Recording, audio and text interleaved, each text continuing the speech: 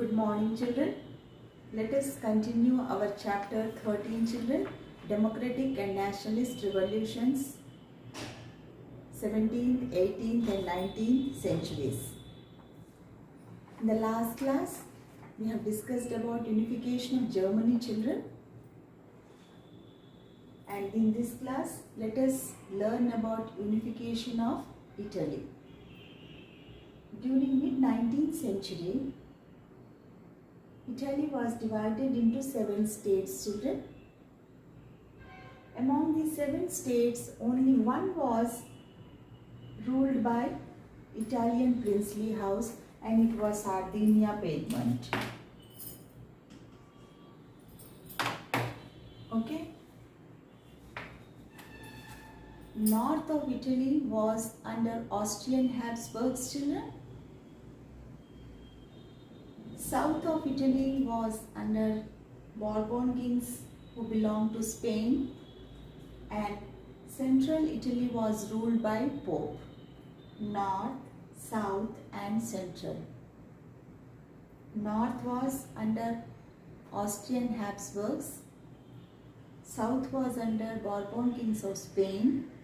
This is Austrian, this is Spain, and central Italy was under the control of Pope, or you can say ruled by Pope. Even Italian language was not having one common form. It was having lot of local variations. In the year 1830, Joseph Mazzini, who was a politician, journalist and activist, started a society, secret society, which is known as Young Italy. Young Italy was established in the year 1831 by Joseph Mazzini, children. With the help of Young Italy, the secret society, Joseph Mazzini wanted to spread his message among the people that he wants unification of Italy. He wanted to spread his message among all the Italians, and he also wanted to strengthen the spirit of nationalism among them. Though he started in Italy for the unification of Italy, children, through Young Italy he wanted to spread his message also to all the Italians, and he also wanted to strengthen the spirit of nationalism, but he could not succeed in his plan. He could not succeed in his plan. So,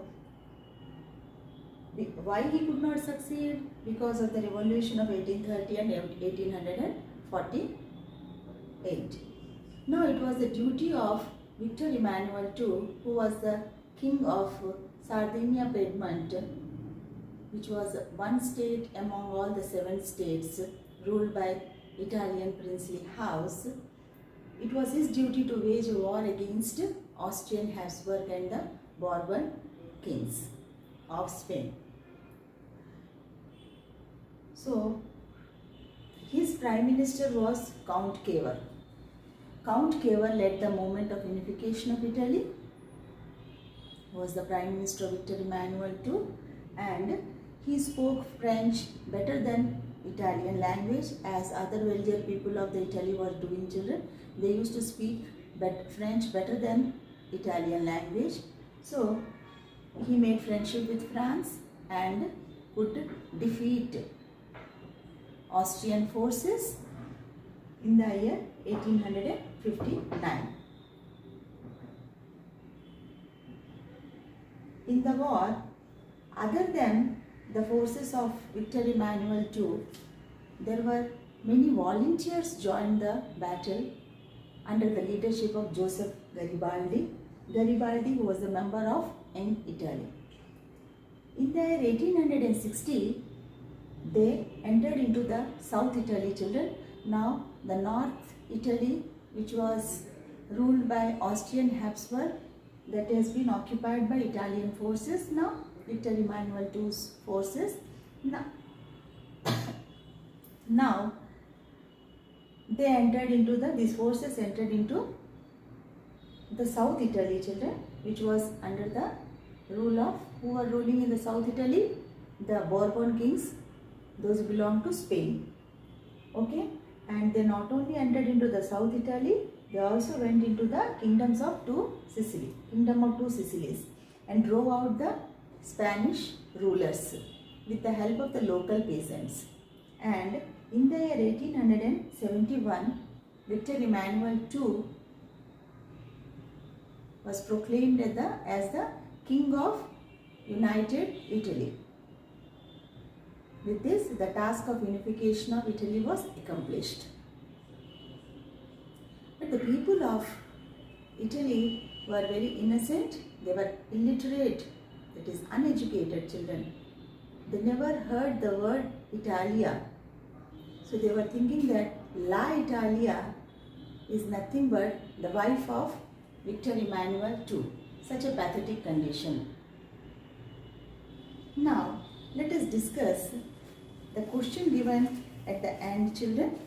The question is, do you think Italy become a true nation state with its unification under King Victor Emmanuel II? Give your reasons. I don't think so, children, because the unification of Italy was made territorially. The much of Italian population was illiterate and were not having any idea of liberal nationalist movements. Liberal nationalist ideology. They were not having any idea of nationalist ideology, which Joseph Mazzini wanted to spread the spirit of nationalism. People of Italy were illiterate, they were innocent, they were not having any idea of nationalist ideology, and the peasant masses of the South Italy were never heard the word Italia, because they were La Italia, they were thinking that the wife, it was the name of the wife of Victor Emmanuel II. That was the condition of Italy. So it means that Italy did not become a true nation state. With unification of Italy, we have completed our chapter 13, children. Let us discuss, improve your learning question answers. Question 1 is, identify the name of the country in the context of following statement: UK, USA and France. First one is, revolution where parliament system was established. Answer is UK, England. UK, England.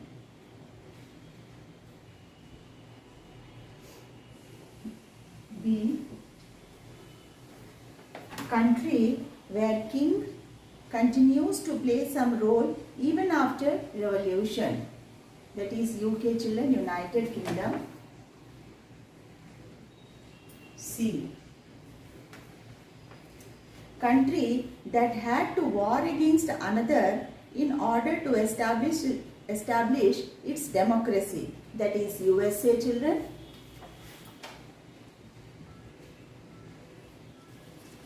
Okay, then D, the Bill of Rights was adopted in USA.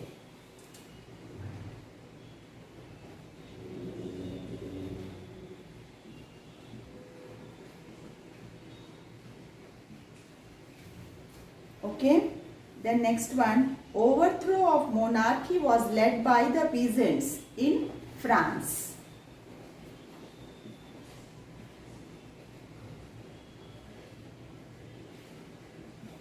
F, the Declaration of Rights of Man and Citizen was adopted in France. Write these answers in textbook only, children. Don't write in the classwork. Then question number 2. What were the main ideas of social thinkers which were significant to the establishment of new forms of government? How did they gain popularity? Write down the answer, children. The main ideas of social thinkers were, go down, put a hyphen and go down. Number 1, abolition of monarchy. Number 2, freedom and equality in the society. freedom and equality in the society. Number 3, right to vote should be given to all. Right to vote should be given to all. Number 4, people should be given some fundamental rights. People should be given some fundamental rights.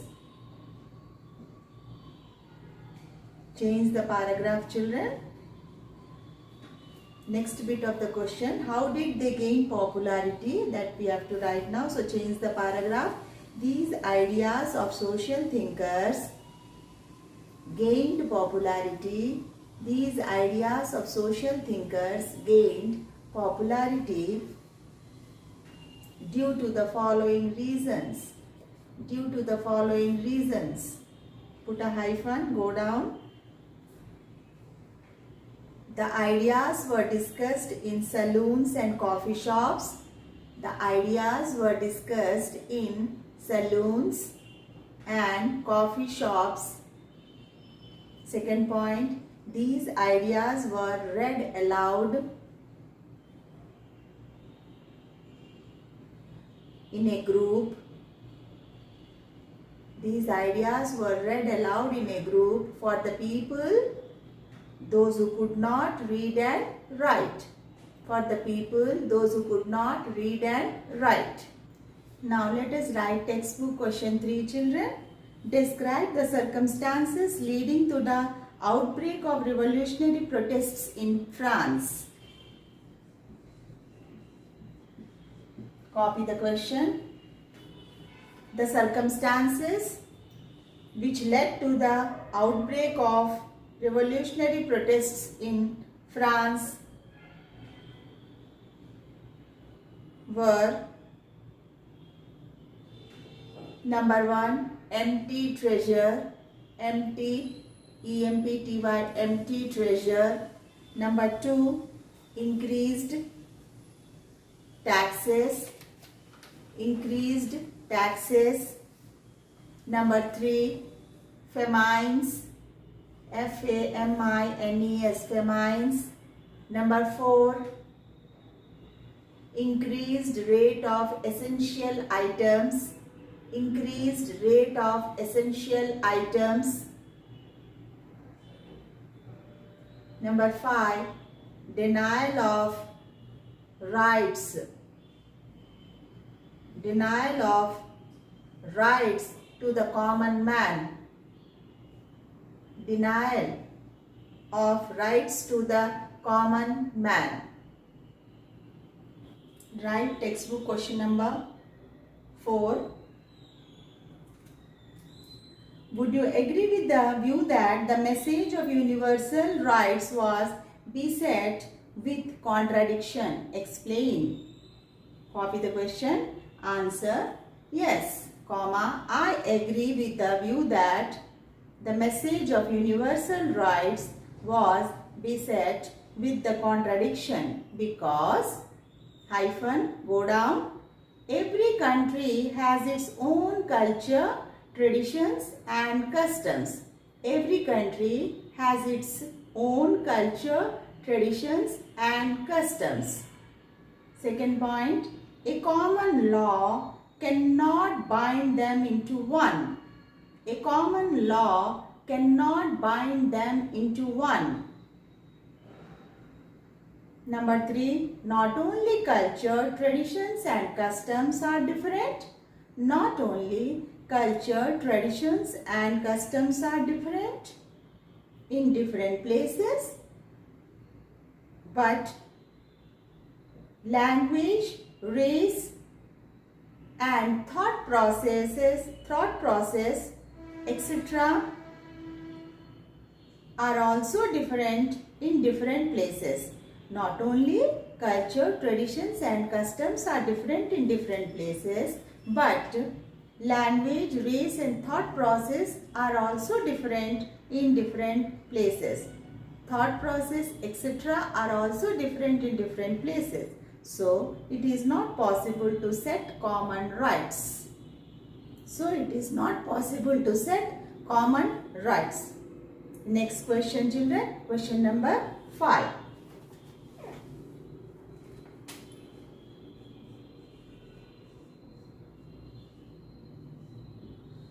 Textbook question number 5. What made American colonies to raise the slogan "No taxation without representation"? The 13 American colonies raised the slogan "No taxation without representation" because number 1, the Parliament of England was collecting taxes from them but was not developing their colonies. The Parliament of England was collecting taxes from them but was not developing their colonies. Moreover, but was not developing the colonies, and the money was spent for the development of England, and the money which was collected from them was spent for the development of England. Second point, the laws made by the Parliament were in favor of traders of England. The laws made by the Parliament were in favor of traders of England. They were not given the right to vote. Third point, they were not given the right to vote. Write question number 6, children. How do you understand women's role in French Revolution? Answer. Women's role in French Revolution. Put a hyphen, go down. Number 1. Forcefully entered into the shops and distributed bread to all the people. Forcefully entered into the shops and distributed bread to all the people. Number 2. They fought for their right to vote. They fought for their right to vote. Number 3. They started their own political clubs and newspapers. They started their own political clubs and newspapers. Number 4. They demanded that women should get same political rights as men. They demanded that women also should get same political rights as men. Number 5, they wanted to be elected to the assembly and hold political positions. They wanted to be elected to the assembly and hold political positions. Let us conclude this session here, children. Remaining question answers we will discuss in the next session. Thank you, children.